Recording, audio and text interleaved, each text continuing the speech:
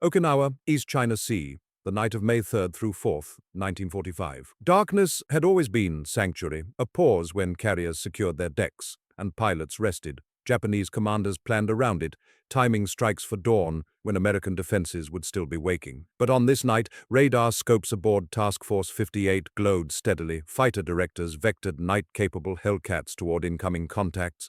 Before sunrise, 4 enemy aircraft fell to carrier-based night fighters. When day broke, 98 more were destroyed by conventional fighter sweeps, a continuous cycle that gave the enemy no respite. Official Navy records would later credit single-engine carrier night fighters with 60 Japanese aircraft destroyed in darkness during the Okinawa campaign, with land-based night fighters adding 64 more.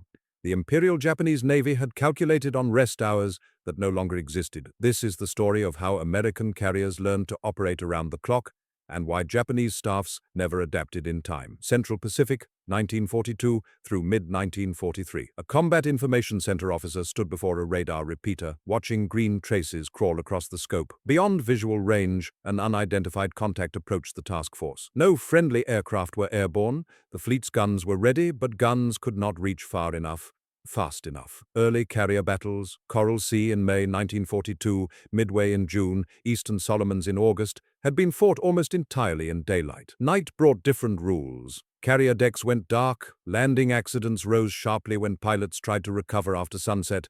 Without airborne radar, fighters could not find targets in darkness. The Imperial Japanese Navy faced identical constraints. Both sides treated night as operational downtime, a pause to rearm and rest. But downtime created vulnerability. A lone reconnaissance aircraft, a snooper, could shadow a task force all night, radioing position reports that would guide torpedo bombers at dawn. Surface raiders could close unseen.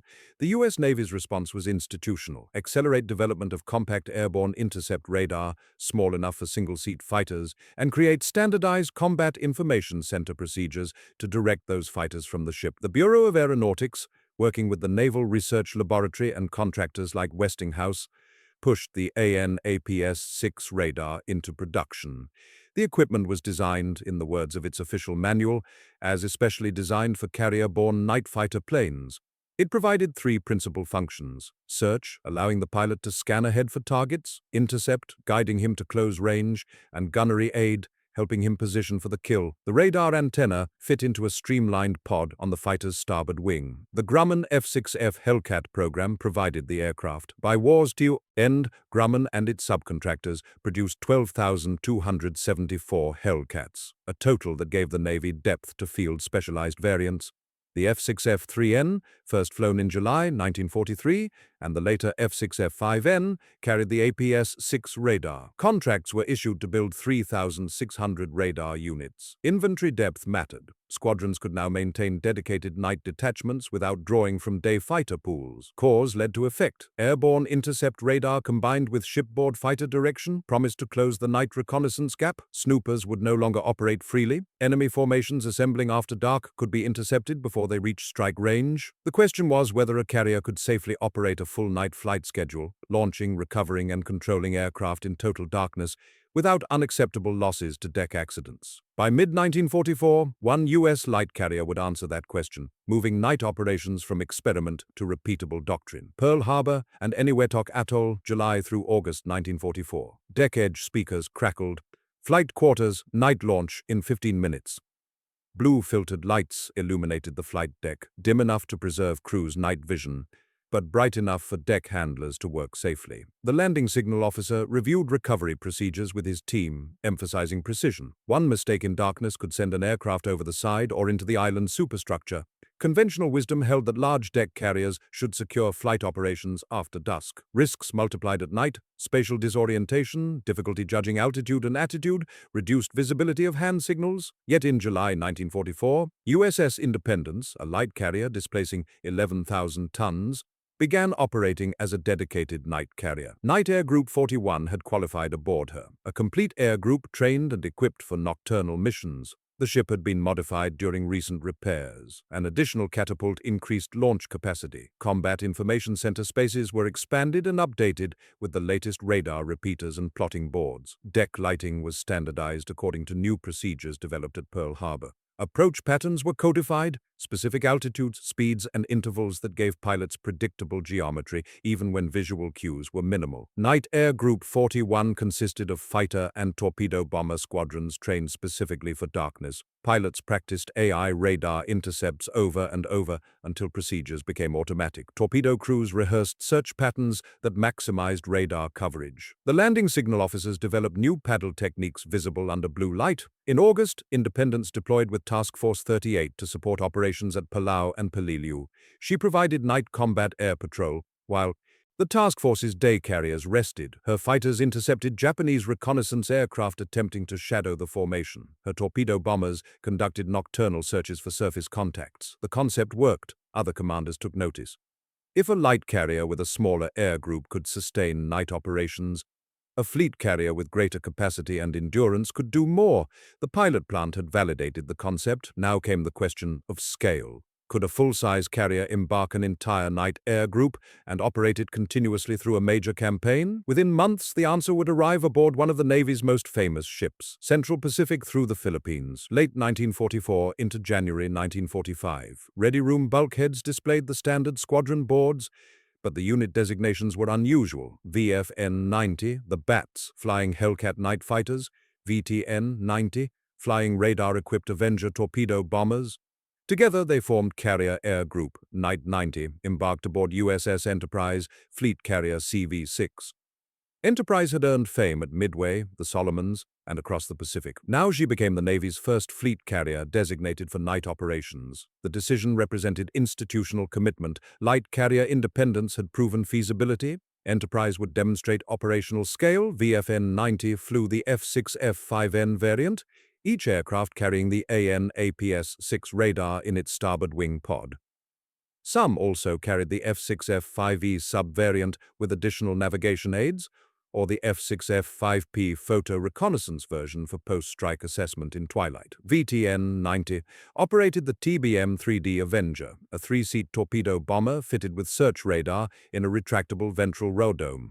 The Avenger could hunt submarines, search for surface contacts, or serve as a pathfinder guiding fighters to distant targets. Training had been rigorous. Pilots spent months at Barbers Point, Hawaii, learning to trust their instruments and radar scopes more than their eyes. Fighter directors practiced talking pilots onto targets using only radar returns and radio discipline. Deck crews rehearsed launch and recovery choreography until movements were instinctive. The air group's first combat action came at 1700 hours on January 6, 1945, near Luzon. A VFN-90 division intercepted a Japanese Dyna reconnaissance aircraft. The lead pilot used his APS-6 to close within gun range and shot it down. The first of many. Carrier Air Group, Night 90, gave Task Force 38 commanders a new tool, continuous coverage. While day air groups rested and rearmed, CVG-N-90 launched combat air patrols, anti-submarine sweeps, and harassment strikes against enemy airfields. The carrier operated around the clock. Deck crews worked in shifts. Pilots alternated between alert status and rest. The operational tempo no longer paused at sunset. Japanese planners, accustomed to quiet nights, found themselves under pressure even in darkness. The system would soon face its hardest test under kamikaze attacks at Okinawa, where night defense would matter most. Hawaiian Area and Western Pacific, 1944. Inside a darkened combat information center, a fighter director stood before the vertical plotting board, grease pencil in hand. Radar returns appeared as points of light on the scope beside him. A new contact, call sign Bogey, materialized 40 miles northeast. The director keyed his radio. Nighthawk 2-1, Vector 045, Angels 12, Bogey, at 30 miles. Simultaneously, he coordinated with primary flight control to sequence the next recovery cycle. Precision mattered. Mistakes could be fatal. Night carrier operations demanded integration beyond individual aircrew skill. The Navy developed comprehensive doctrine documented in manuals like CIC Operations on a Night Carrier, which detailed every aspect of nocturnal flight operations. These procedures had been created during Independence's qualification in July 1944 and were now propagating throughout the fast carrier force. Fighter direction teams aboard each carrier trained to vector night fighters using only radar and radio. They monitored SK and SC air search radars, tracking friendly and hostile aircraft simultaneously. Identification friend or foe transponders helped, but IFF could fail or be turned off. Directors had to maintain positive control through precise radio discipline and constant cross-checking. Deck lighting standards were codified. Blue filtered lights marked the flight deck's edges and center line without destroying crew night vision. Approach lighting gave pilots visual reference during the final seconds before touchdown. Landing signal officers developed new paddle techniques. Broader, slower movements visible against dark backgrounds. Recovery patterns were standardized. Aircraft entered a racetrack circuit at specific altitudes and intervals, allowing predictable spacing even when visual references were minimal. Timing blocks ensured that combat air patrol stations were covered continuously. As one section landed, another launched to relieve them. Radar picket destroyers stationed ahead of the task force provided early warning and additional fighter direction capability, extending coverage beyond the carrier's organic radar range. Communications nets were carefully delineated. Fighter direction used one frequency, flight operations another, tactical coordination a third. Discipline prevented frequency congestion that could paralyze operations at critical moments. The result was a playbook. Commanders could open the manual, follow the procedures, and operate through the night with acceptable risk. Landing accidents did not spike. Combat air patrols remained on station. The method unlocked a 24-hour operating cycle that gave American carriers endurance and flexibility unmatched in any other navy. With our doctrine codified, the fleet applied it from the Philippines through strikes against the Japanese home islands. United States Naval Air Stations and Pacific Combat Zones, 1943 through 45. A Hellcat taxied toward the catapult, its distinctive profile broken by the bulge on its starboard wing, the radome housing the AN/APS-6 antenna. Inside the cockpit, the pilot scanned his instrument panel, altimeter, airspeed, artificial horizon, and the small circular scope that would guide him to his target. Before the APS-6, carrier-based night interception had depended on twin-seat aircraft or shipboard radar guidance alone. Now, a single-seat fighter could search, intercept, and attack independently. The AN/APS-6 pilot's manual stated plainly, is specially designed for carrier-borne night fighter planes, with three principal functions: search, intercept, and gunnery aid. Procurement scale mattered. Contracts were issued to build 3,600 APS-6 units. Total Hellcat production reached 12,274 aircraft by war's end, giving the Navy infantry depth to field the F6F-5N night fighter variant in quantity without depleting day fighter squadrons. Some F6F-5N aircraft carried two 20mm cannon in place of the standard 50-caliber guns, providing heavier punch. All could carry bombs or high-velocity aircraft rockets for ground attack. The TBM-3D Avenger complemented the night fighter. This three-seat torpedo bomber carried its search radar in a retractable ventral radome, a streamlined teardrop that lowered for operations and retracted flush for landing. The TBM-3D served multiple roles: anti-submarine warfare, surface search, pathfinding for strike groups, and radar reconnaissance. Its crew, pilot, turret gunner, and radio man bombardier could prosecute contacts independently or relay information to guide fighters. Integration of these aircraft with Combat Information Center control closed the nocturnal reconnaissance and attack gap. Radar-equipped fighters could intercept snoopers before they located the task force. Radar-equipped torpedo bombers could hunt submarines during the vulnerable hours when carriers recovered aircraft and were least maneuverable. Together, they extended the carrier's defensive and offensive reach into hours that had previously been blank. The payoff became visible in late 1944 operations. Combat air patrols protected recovering decks during evening landings, the period of maximum vulnerability. Harassment strikes, small raids against enemy airfields just after dark, disrupted Japanese preparations for dawn attacks. Surface searches detected supply convoys that could be struck at first light. The machines worked because the doctrine worked. The doctrine worked because the machines were produced in sufficient numbers. Industrial capacity translated directly into tactical advantage. Western Pacific and Philippines, September through December 1944, the sun set over Task Force 38. On a conventional carrier, flight operations would cease. Deck crews would push aircraft into parking spots, chain them down, and secure for the night. But aboard Independence, blue-filtered deck lights came on. The air officer's voice crackled over the flight deck loudspeaker. "Stand by for night launch!" Japanese operational planning had assumed overnight respites. Commanders expected American carriers to withdraw at dusk, allowing Japanese forces to reposition, rearm, and prepare dawn strikes. Instead, Task Force 38 maintained night combat air patrol and launched nocturnal reconnaissance sorties.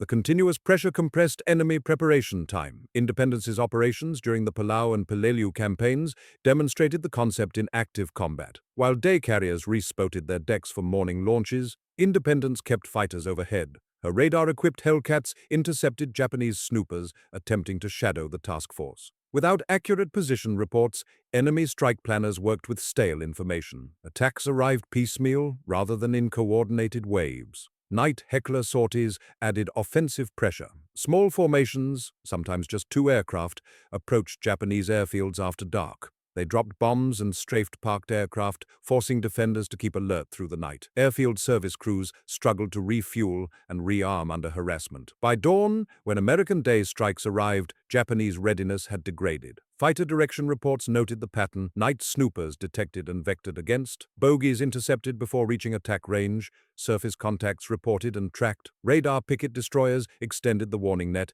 handing off contacts to carrier combat information centers as ranges closed. The system meshed ships, aircraft, and doctrine working as designed. The effect was cumulative. Each night interception removed 1 reconnaissance report from Japanese intelligence. Each Heckler strike reduced the number of serviceable aircraft at forward bases. Each continuous combat air patrol cycle preserved the task force's striking power for the next day's operations. Task Force 38 operational summaries document the rhythm: day strikes against airfields and shipping, night coverage to protect the force, pre-dawn searches to detect approaching threats, then another day cycle. The tempo no longer stopped. Japanese forces faced an opponent who did not rest. The method carried forward into early 1945 as carriers struck the Japanese home islands in support of the Iwo Jima landings. Night operations were no longer experimental, they were standard procedure. Off the coast of Japan, February 1945. Pre-dawn darkness covered the task force. On carrier flight decks, plane handlers repositioned aircraft for the morning strike. Above them, night combat air patrol orbited on station, radar scopes glowing faintly in cockpits. As first light approached, day fighters began launching to marshal for strikes against Japanese airfields. The cycle had not paused overnight. Japanese early warning systems and night defenses remained fragmented. Radar coverage had gaps. Fighter direction doctrine lagged behind American standards. Coordination between Army and Navy air defense units was often poor. Task Force 58 exploited these weaknesses, coordinating multi-day raids to reduce interference with the Iwo Jima landings scheduled for February 19th. Night combat air patrols served defensive and offensive purposes. Defensively, they protected the carriers during recovery cycles, the period when flight decks were crowded with landing aircraft, arresting gear was under constant strain, and maneuvering was restricted. A single torpedo or bomb hit during recovery could disable a carrier. Night fighters overhead reduced that vulnerability. Offensively, night patrols gathered intelligence. Radar-equipped Avengers searched for surface contacts. Night fighters probed Japanese early warning responses, mapping radar sites and testing reaction times.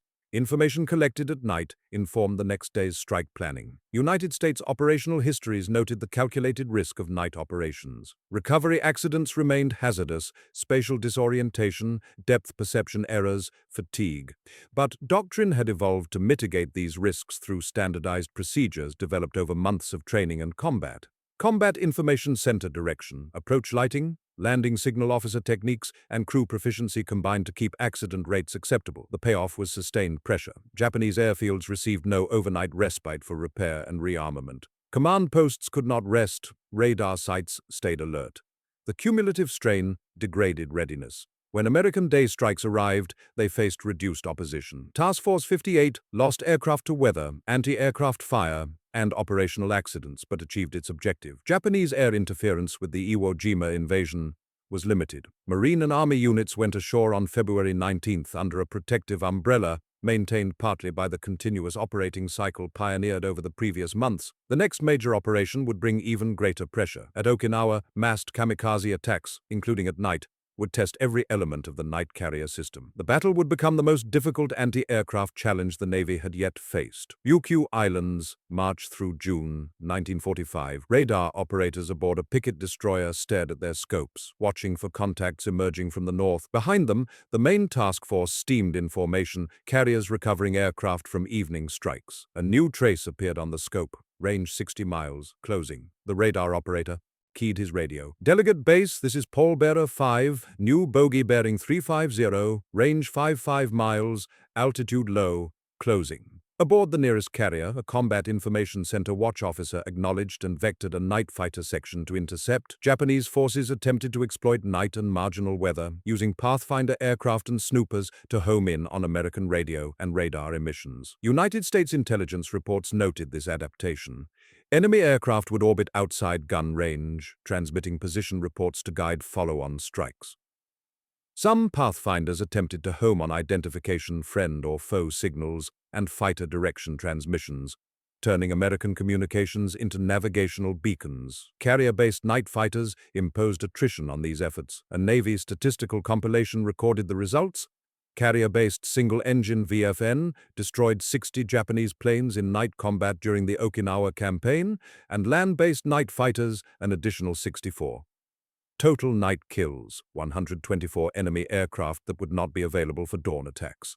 The numbers mattered tactically. Each snooper shot down before reaching transmission range denied Japanese command current position information. Each pathfinder destroyed reduced the effectiveness of mass kamikaze coordination. Night interceptions thinned the attacking forces before they could assemble. Radar picket destroyers formed a lattice ahead of the main task force, providing early warning and extended fighter direction coverage. These ships operated under extreme pressure. They were deliberate targets. Japanese planners knew that killing the pickets would blind the fleet. Picket destroyers faced repeated kamikaze attacks, suffering heavy casualties, but they held their stations, maintaining the warning net that gave carriers time to react. Combat Information Center teams aboard carriers coordinated with picket destroyers and orbiting fighters through carefully managed radio nets. Handoffs were precise.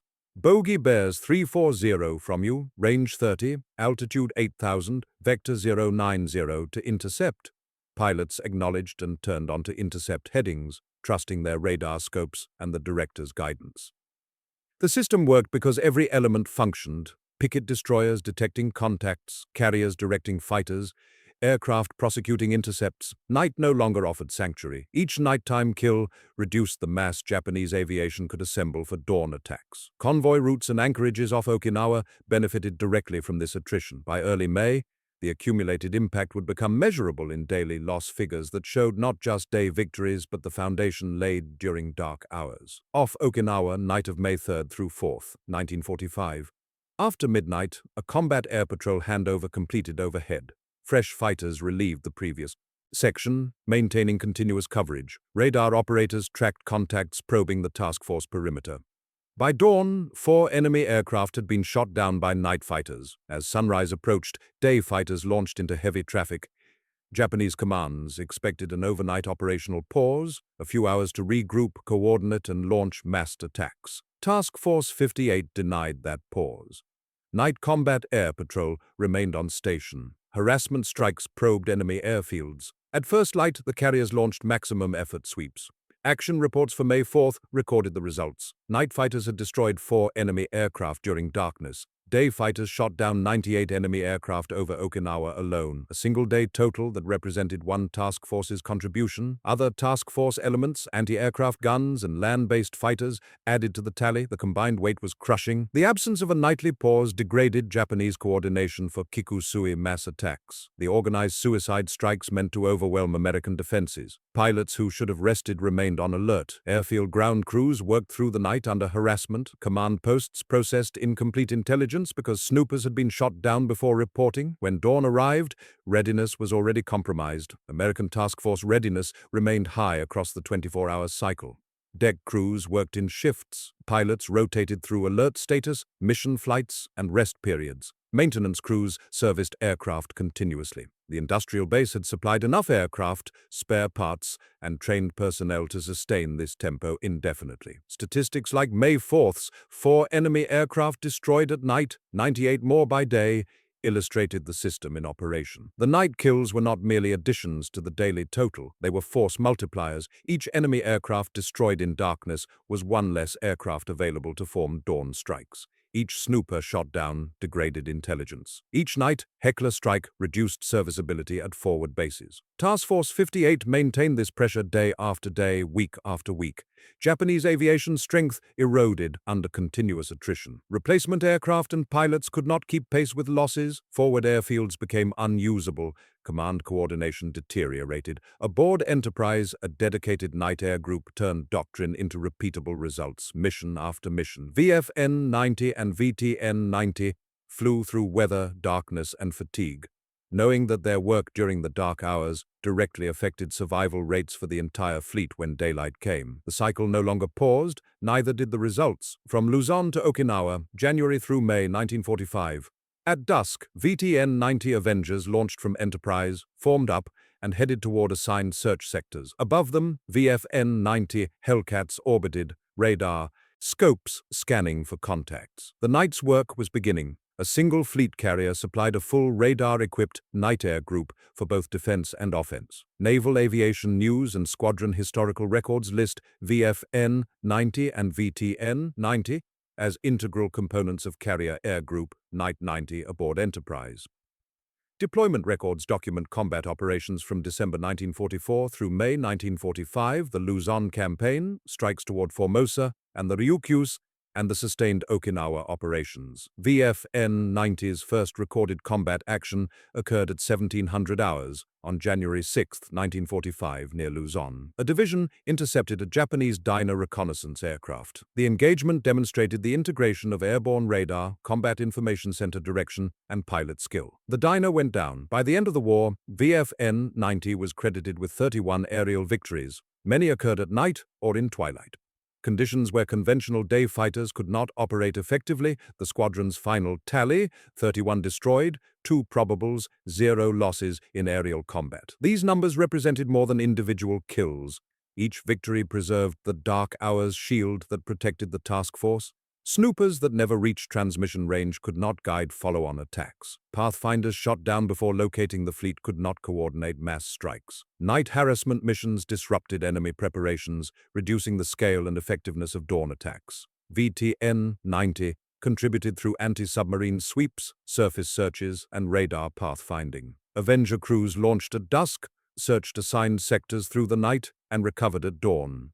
Their reports informed next-day strike planning. Submarine contacts were prosecuted or reported to escort destroyers. Surface contacts, small convoys attempting to move supplies under cover of darkness, were tracked and struck. The air group's operational tempo was relentless. Pilots flew missions, debriefed, rested briefly, and launched again. Maintenance crews serviced aircraft around the clock. Flight deck crews choreographed launches and recoveries in darkness with precision born of repetition.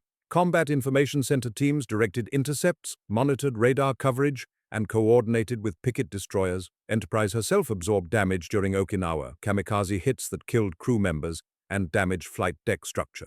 But repairs were completed quickly and operations resumed. The night air group continued flying. The contrast with Japanese capabilities sharpened as the campaign progressed. While American carriers sustained continuous operations, Japanese aviation withered under attrition and material shortages. The gap was doctrinal, technical, and industrial. Japan home waters and Ryukyus operational area, 1944 through 45. A Japanese staff officer reviewed operational orders, emphasizing radio silence during night periods. The policy aimed to preserve surprise and prevent American direction finding, but it also degraded coordination. Early warning information arrived late or not at all. Fighter direction was fragmented. The Imperial Japanese Navy fielded radar equipment, Type 21 air search radar aboard major warships, Type 13 early warning radar at some installations. Night fighter aircraft existed. The Nakajima J1N1S Gecko Moonlight, a twin-engine aircraft originally designed for reconnaissance but converted to night fighting, and some Nakajima C6N1S conversions.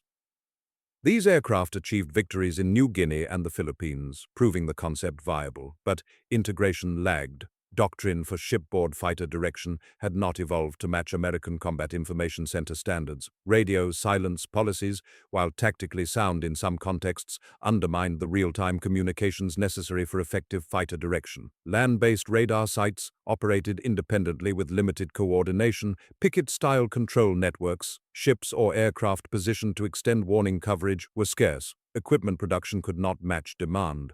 Radar sets remained in short supply. Many night fighter conversions lacked onboard airborne intercept radar, relying instead on ground-based direction and visual acquisition, a severe handicap in darkness and weather. Pilots trained for night interception were few.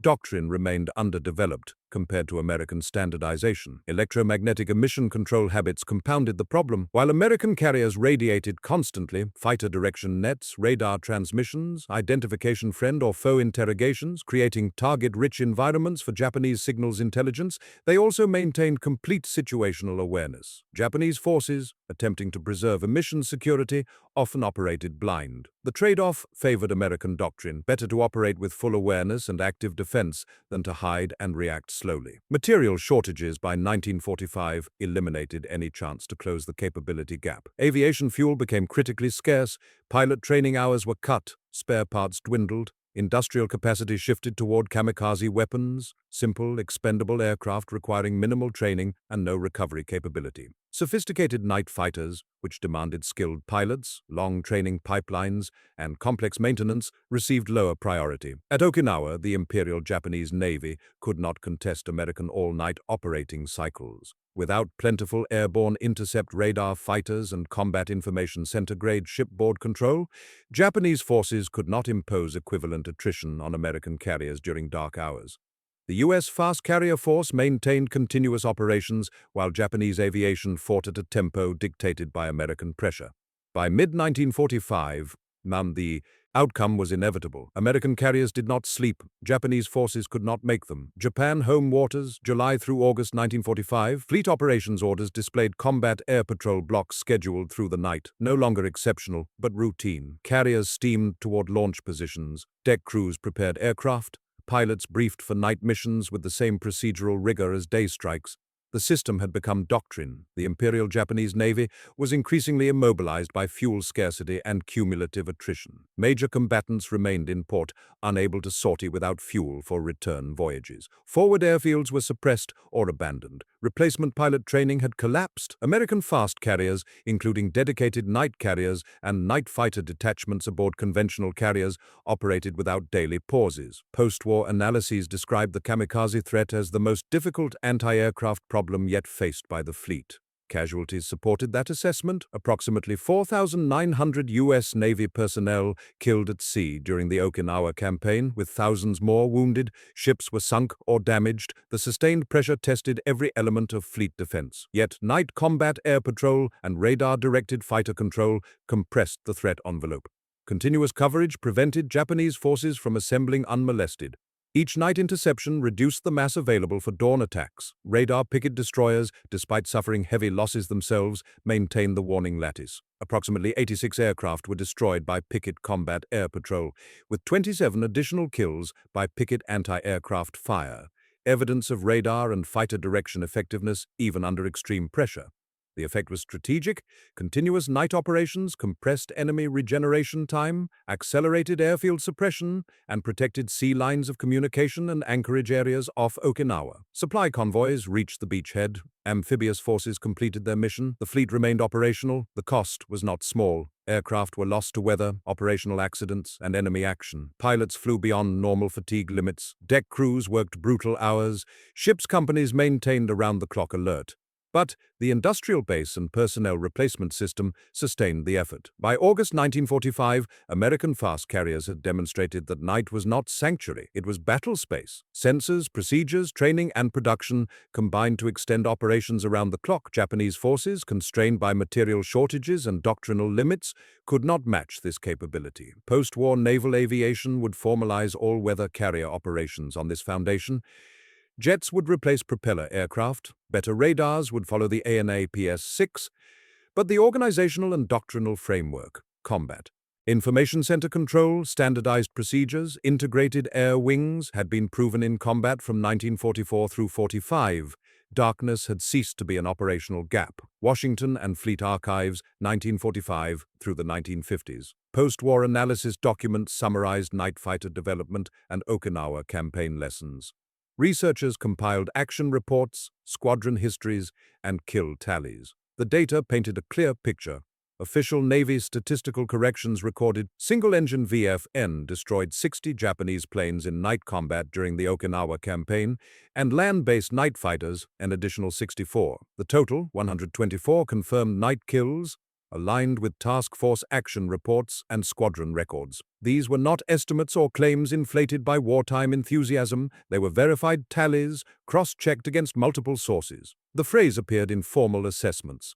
Night fighters from the remaining carriers of the task force were now able to fill a previously defenseless gap. The language was bureaucratic, but the meaning was profound. Darkness had been a vulnerability, a gap in coverage where enemy forces could operate freely. American carriers had closed that gap through technology, doctrine, and industrial capacity. Technology: the AN/APS-6 airborne intercept radar, produced in quantity, 3,600 units contracted, and installed in F6F-5N Hellcats. Total Hellcat production exceeded 12,270 aircraft, providing the inventory depth necessary to field specialized night variants without compromising day fighter strength. TBM-3D Avengers added search radar, anti-submarine capability, and pathfinding. These machines worked because they existed in sufficient numbers. Doctrine Combat Information Center procedures developed at Pearl Harbor in July 1944 and validated aboard Independence. Standardized fighter direction, deck lighting, recovery patterns, and communications protocols. Training pipelines that produced qualified night pilots, radar operators, landing signal officers,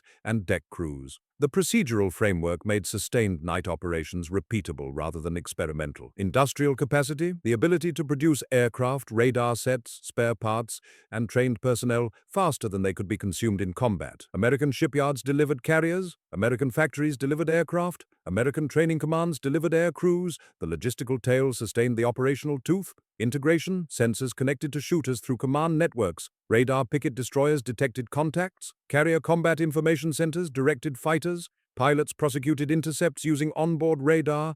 The system functioned as designed because each element had been developed with the others in mind. Contrast: the Imperial Japanese Navy fielded night-capable equipment. Type: 21 radar, J1N1S Gecko night fighters, but could not integrate them at scale. Doctrine lagged. Production was insufficient. Training pipelines collapsed under attrition. By 1945, fuel scarcity and material shortages eliminated any possibility of matching American capabilities. The outcome was recorded in statistics that told their own story. May 4, 1945, 4 enemy aircraft destroyed by night fighters before dawn, 98 more destroyed by day fighters over Okinawa. The night kills were not footnotes, they were force protection. Each enemy aircraft that did not survive darkness was one less threat at sunrise. Post-war carrier aviation built on this foundation. All-weather operations became standard. Jet aircraft brought higher speeds and greater complexity, but the organizational structure remained. Combat information centers directing radar-equipped fighters, standardized procedures, enabling operations in marginal conditions, industrial and logistical depth, sustaining high operational tempo. The lesson was institutional. Carriers did not need to rest. With the right equipment, training, and doctrine, they could operate continuously. Darkness was not downtime, it was contested airspace that could be controlled through sensor networks, fighter direction, and disciplined procedures. The veterans who flew those missions, VFN-90 pilots launching into Black Pacific nights, radar operators guiding them toward unseen targets, deck crews choreographing recoveries under blue-filtered lights, had proven a concept that reshaped naval aviation. Their work was documented in action reports, squadron histories, and official tallies. The numbers were precise, the outcomes were measurable. 4 aircraft destroyed at night on May 3 through 4, 1945, 98 more when the sun rose on May 4. Evidence recorded in ink and verified by multiple sources that American carriers no longer slept and that the enemy could not rest either. The darkness had become a battle space, the United States Navy had learned to fight there, and the Imperial Japanese Navy, constrained by doctrine, technology, and dwindling resources, had failed to adapt in time. That fact, more than any single engagement or statistic, determined the outcome in the skies over Okinawa and the Western Pacific. The war was fought around the clock. Only one side had built the systems to sustain that tempo. This documentary narrative adheres strictly to historical facts, drawing on naval history and heritage command records, action reports, squadron histories, technical manuals, and post-war analyses. Every statistic, date, unit designation, and equipment specification is historically documented. No fictional characters, invented dialogue, or altered outcomes appear in the text. The narrative demonstrates how American industrial capacity, technological development, and doctrinal innovation created a 24-hour carrier operating capability that Japanese forces could not match, a decisive advantage recorded in the verified kill tallies and operational records of the Okinawa campaign.